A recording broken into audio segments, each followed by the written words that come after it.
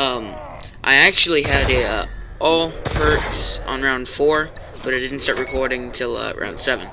If you notice right here, all I'm really doing is just trying the box. I was trying to get rid of the ballistic knife because I used it for the 10-point perks. If you don't know how to do that, there's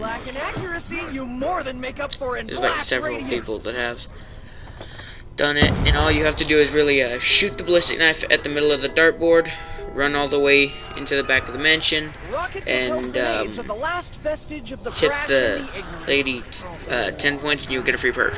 You can only tip her once every time, but you can do it more than once. That's how I got my 7th perk.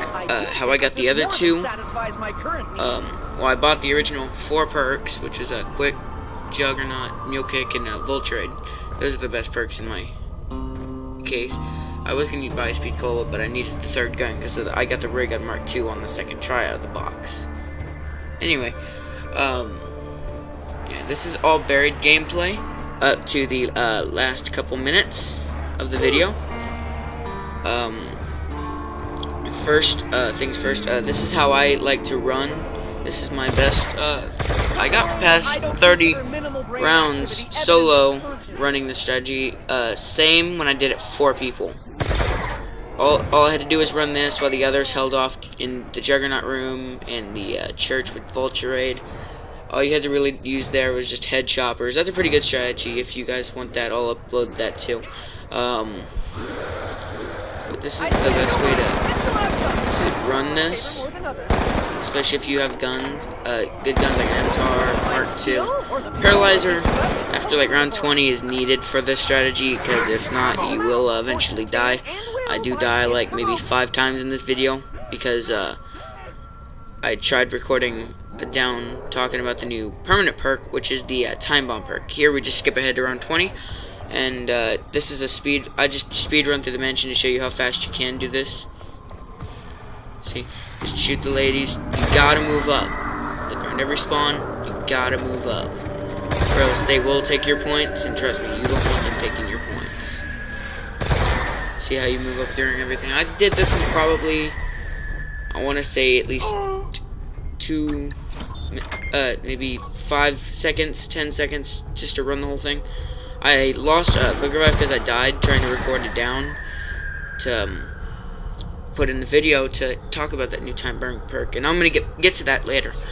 But if you don't know what that is, there's not very many people talking about that new solo perk. I think it's also in multiplayer, but very rarely. But all it is where if you go down, you lose the quick revive perk, but you get all your perks back. Some people may call it the tombstone perk, or I call it time bomb perk because it does kind of give you back your perks and guns that you lost, and it does give you the perk at random. The persistent perk at random, sorry. Anyway, all I show here is I think I show how to get mazed and confused. Actually, no, I show you my way to get to the maze, and then I'll show you guys how to get the mazed and confused achievement kind of easy past round 20. But basically, all you have to do is, you'll see it in the video later, but I might as well explain it now. Zombies spawn on all sides of the middle, and yeah, as you noticed, you can't pack a punch the ray gun in a second. I was gonna try that, but you can't pack a punch it a second time. I did have to pack. I wanted to pack a punch the F-Surst on the wall because I've already gotten the achievement. But all you really have to do is just save enough money. If it's a little too hard to make the jump on like round 1 to the LSAT, all you have to do is use the left. Anyway, here we go. Showing you how to get mazed and confused easy. If you have the paralyzer, sorry, not paralyzer, petrifier, because if you have the petrifier, it's got increased stopping power. Anyway, all you really have to do is just run around the middle of the maze. They spawn on all sides, so you gotta be real careful where you walk. Make sure you have the teleporter open, because just in case you can't get the whole round done and you need to fall, you can fall straight through the teleporter and back up at spawn and do whatever you need, just to get back to staying alive. Not saying you have to do this way, but for me, this was the best way to do it. if you have, yeah, the petrifier, and you're able to stop them so they don't hit you, so you actually can live through the damn thing. Anyway, don't let the thing overheat. Don't let the petrifier overheat, so stand in the green mist like I do to conceal your human stench to get the zombies off you. You need that to cool down your petrifier, or else if you do overheat it, that will be the end of you.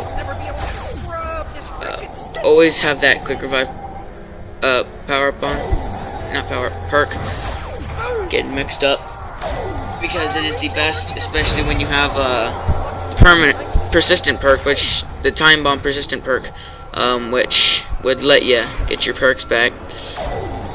The only problem though in this gameplay, my last gun was my Mark II upgraded, so every time I went down, I'd have Mustang and Sally instead of having that.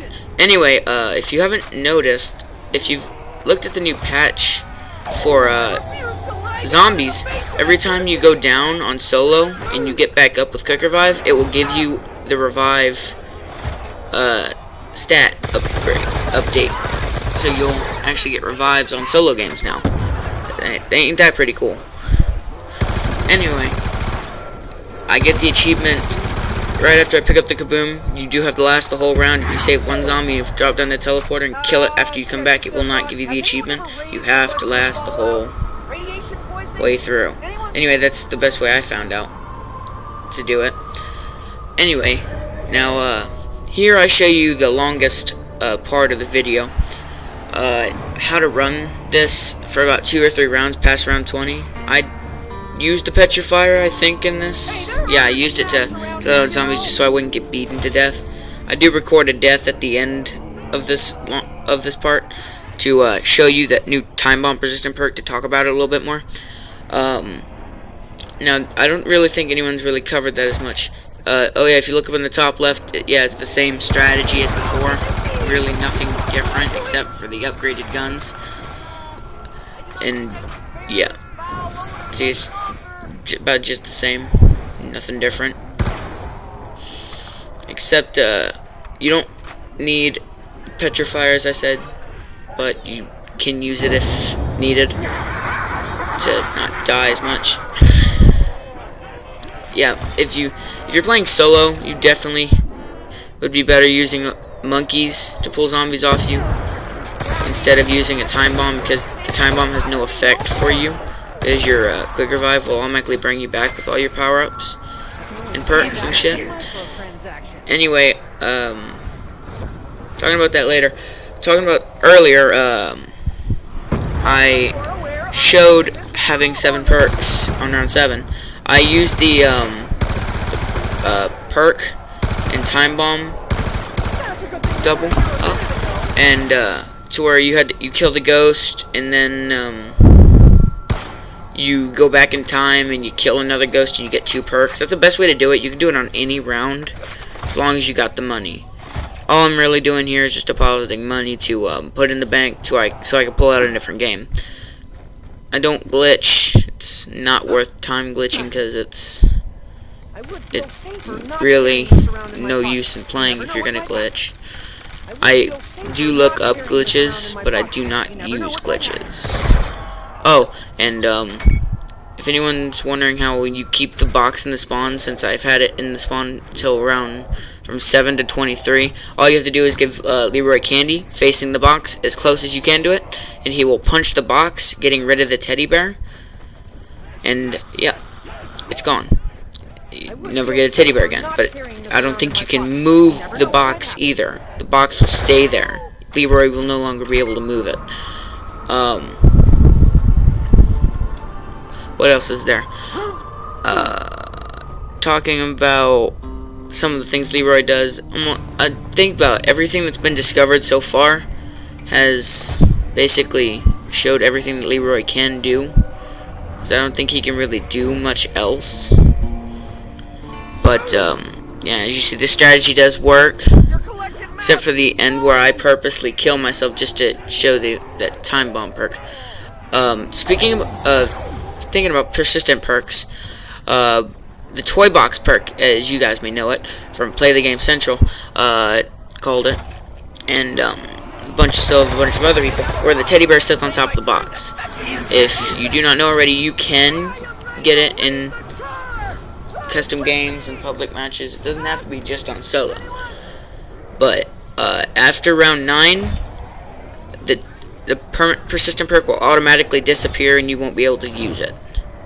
So if you can get as much money before round 9, and just hit the box as much as you want. This works on any map. But yeah, it lasts to round 9. If anybody knew that already, I had gone through the rounds checking the persistent perk, checking when it would finally disappear. It's not about gun usage. You get it from trying the box about 10 times. I'm buried. It's not that hard because if you have the box to where it don't move, you can constantly keep hitting it.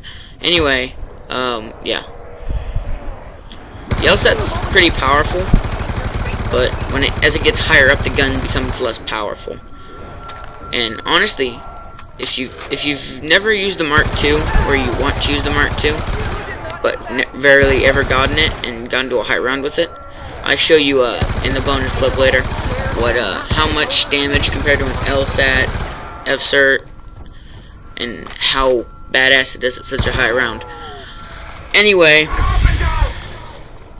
that time bomb perk. That's persistent perk. I know I've been talking about it a lot through the video, but let me say that it is honestly one of the best persistent perks I've seen for solo, but I haven't tested it out or have seen it been done on multiplayer, custom games, or any of that. But it's a good thing to get, but I think you have to survive so many hits before you get it, and I think it goes away after like 3 rounds of not dying, because you'll hear the sounds eventually. But as I said, petrifier is not needed for this run as well.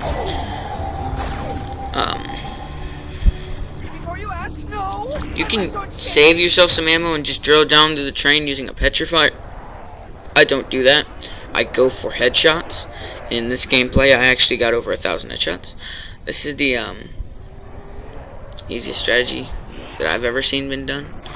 You guys may not think so, but this is the best strategy I've seen. I don't really think this is helping. I'm just more talking about different stuff than I am talking about the strategy, which is what the thumbnail says and everything. It's not really a guide, I'm just showing how my way of doing it is. You can hold off the Juggernaut room if you have a trample steam, a subsurface resonator with a turbine. I think that if you go to a turbine and you give Leroy candy, you might do the opposite of what happens when you give him when you have a subsurface thing down, and he may go pick up a turbine. And this one, you may pick up a subsurface resonator. Yeah, see, I die right here to show the time bomb perk. Purposely down myself. See, it was my 3rd gun, so I lost the ray gun Mark II while I was down. Anyway, look at this. You get right back up, and you have all your power perks immediately. If you guys did see the video I did before this one, which is the Awaken the Gazebo one, I didn't do a voiceover for that one because I didn't think, honestly, it didn't feel like a good video without one, but I didn't do it anyway. Anyway, here's a bonus clip, and this one shows the damage between the LSAT, or the FCERT because it's the upgraded, and the Mark II ray gun at round 31. I go to I die on round 31 because I just honestly was like, okay, let's run without quick revive. I could have won and got quick revive, but I decided not to. But as you see here, all I'm doing is just running the same train I've been running since the Mark II becomes like less damageable. The only difference between the Mark II ray gun and the regular ray gun, see, look, I'm trying out the I was gonna try out the I'm deciding which gun to use here to test out to show you how fast it can go through zombie trains. Sorry, I'm getting off of subject a lot. Anyway, I show you the yeah, look at that. Mark II just drills through that train. You don't even have to aim to get headshots with that gun. That's why I'm in love with it so much. Anyway, and as it seems so far, I haven't seen anybody have both ray guns past that hot fix. So if you have the Mark 1 ray gun, I call it the Mark 1 because I know the Mark 2. Anyway, if you get the regular ray gun and you can't get the Mark 2. So you have to make a choice on which one you want. Anyway, I've been talking for about a total of 16 minutes now. Here's the F-Surst. See, it pretty much trusted the train just as much as a ray gun Mark 2. I don't get a chance to put any of the money in the bank. I just die on this round because I obviously am completely stupid. I tried doing a float above the zombies. Did not work out so well. This isn't the best strategy, but it is the easiest one to run if you think you can run it better than holding off. Here I went past my 1,000 headshot mark, and I was pretty excited for that. Yeah, this is an easy way to die trying to run that. Anyway, that's about the end of the video. I don't think there's anything else more to talk about. I hope you guys enjoyed the video. If you stayed till the end, congratulations. And here's the new outro for you. It looks like a puzzle piece. Anyway, leave a like, comment, subscribe, whatever comes your way. And see you guys later.